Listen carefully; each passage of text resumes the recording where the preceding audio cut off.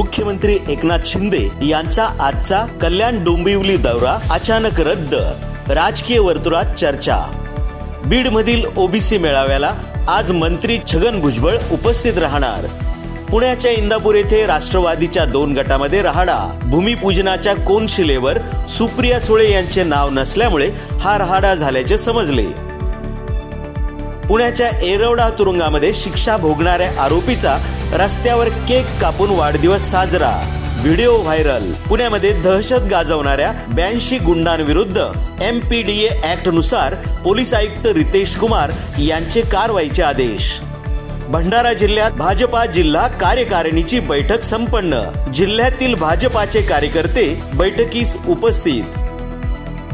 बीड येथे अहमदनगर बीड महामार्गावर ट्रक आणि कारचा भीषण अपघात, 5 जणांचा जागीच मृत्यू। मुंबईच्या गोवंडी येथे पत्नीसोबत अनैतिक संबंध असल्याच्या संशयाने 23 वर्षीय तरुणाची हत्या, 2 जण जेरबंद। महाराष्ट्र गुजरात सीमेवर 4000 गोण्या गुटखा मुंबई गुन्हे शाखेच्या पोलिसांनी केला जप्त।